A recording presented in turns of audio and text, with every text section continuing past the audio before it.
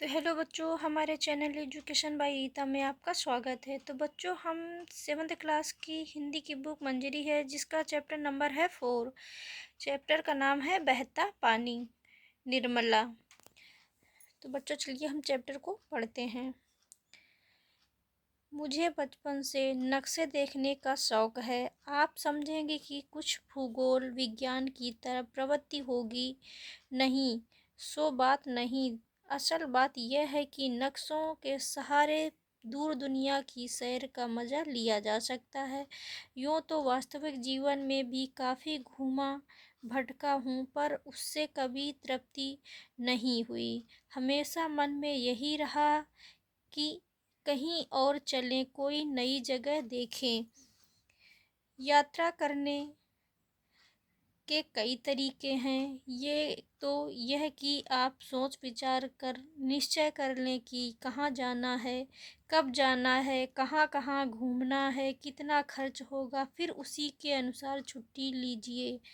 Ticket कटवाए, seat का berth book कीजिए, होटल डाक बंगले को सूचना देकर रिजर्व कराइए या भावी अतिथियों को खबर दीजिए और तब चल पड़िए। बल्कि तरीका तो यही एक है, क्योंकि यह व्यवस्थित तरीका है और उसमें मज़ा बिल्कुल नहीं है।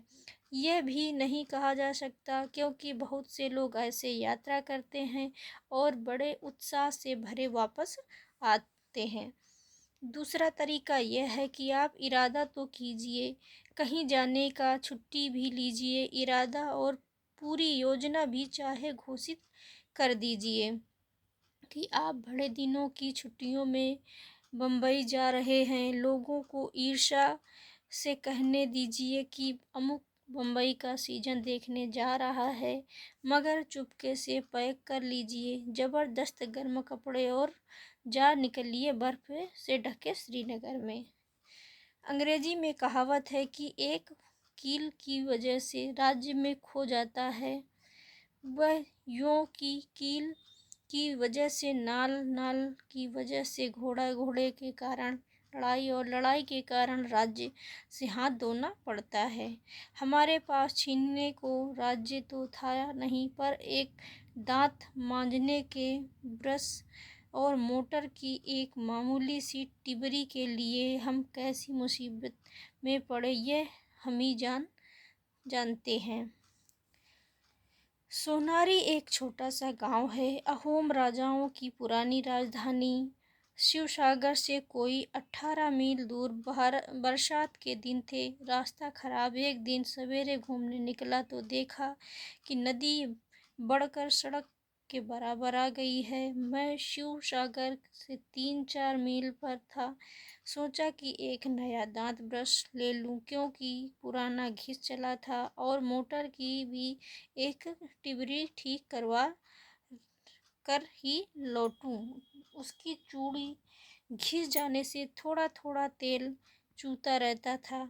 वैसे कोई बहुत ज़रूरी काम नहीं था। खैर, इसमें कोई 2 घंटे लग गए। खाना खाने के 1 घंटा और 3 घंटे बाद वापस लौटने लगे, देखा तो सड़क पर पानी फैल गया है। पानी बड़े जोर से एक तरफ से दूसरी तरफ बह रहा था, क्योंकि सड़क के एक तरफ नदी थी, दूसरी तरफ कई तरह टूट गई तरफ नीची तरह के सतह के धान के खेत, जिनकी ओर पानी बढ़ रहा था। पानी के धक्के से सड़क कई जगह टूट गई थी। मैं फिर बढ़ता गया, क्योंकि आखिर पीछे तो पानी ही पानी था। पर थोड़ी देर बाद पानी कुछ और गहरा हो गया और उसके धक्के से मोटर भी सड़क पर हटकर किनारे की ओर जाने लगी। आगे कहीं कुछ दिखता ही नहीं था, क्योंकि सड़क पर की सतह शायद तो 2-3 मील आगे तक बहुत नीची ही थी। सड़क के दोनों ओर जो पेड़ थे, उनमें कईयों पर सांप लटक रहे थे, क्योंकि बाढ़ से बचने के लिए वे पहले सड़क पर आते थे और फिर पेड़ों पर चढ़ जाते थे। मैंने लौटने का ही निश्चय किया, पर सड़क दिखती तो थी नहीं। अंदाज से ही मैं बीच के पक्के हिस्से पर गाड़ी चला रहा था। मुड़ने के लिए उसे पटरी से उतारना पड़ेगा और इधर-उधर सड़क है, फिर भी एक नहीं क्या भरोसा। और मैं एक जगह देख भी चुका था कि आंखों के सामने ही कैसे समूचा ट्रक दलदल में फंसकर गायब हो जाता है। इसलिए मोटर को बिना घुमाए उल्टे गियर में ही कोई 2.5 मील तक लाया। यहाँ सड़क कुछ ऊंची थी, उस पर गाड़ी घुमाकर शिवसागर पहुंचा।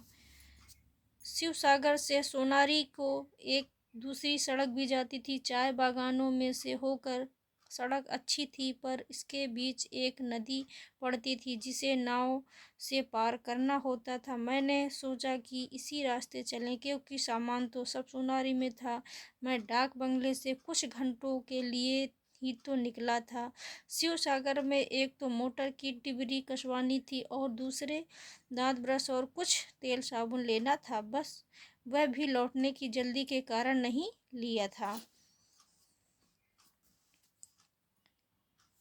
इस सड़क से नदी तक तो बहुत पहुंच गए। नदी में पांव नाव पर गाड़ी लाद भी ली और पार भी चले गए। यहाँ भी नदी में बड़ी बाढ़ आई थी और बहते हुए टूटे छप्पर बता रहे थे कि नदी किसी गांव को लीलती हुई आई है। एक भैंस भी बहती आई और पेड़ पौधों की तो गिनती क्या। उस पार नदी का कगारा ऊंचा था, मोटर के लिए उतारा बना हुआ था, लेकिन नाव से किनारे तक जो तख्ते डाले गए थे वह ठीक नहीं लगे थे। मोटर नीचे गिरी, आधी पानी में आधी किनारे पर। मैं जोर से ब्रेक दबाए बैठा था, पर ऐसे अधिक देर तक तो नहीं चल सकता था। खैर आधे घंटे उस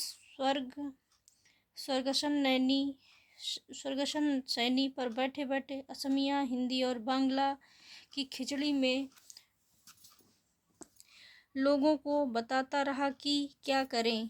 तब मोटर ऊपर चढ़ाई जा सकी। थोड़ा आगे ही ऊंची जगह गांव था, पर मोटर रोक कर चाय की तलाश की। यहीं सोनारी से आए 2 साइकिल सवारों से मालूम हुआ कि वे कंधे तक पानी में से निकल कर आए हैं, साइकिलें कंधों पर उठाकर, और मोटर तो कदापि नहीं जा सकती थी। इस तरह भी निराशा थी। पानी अभी बढ़ रहा था। यहाँ गांव ऊंची जगह पर था।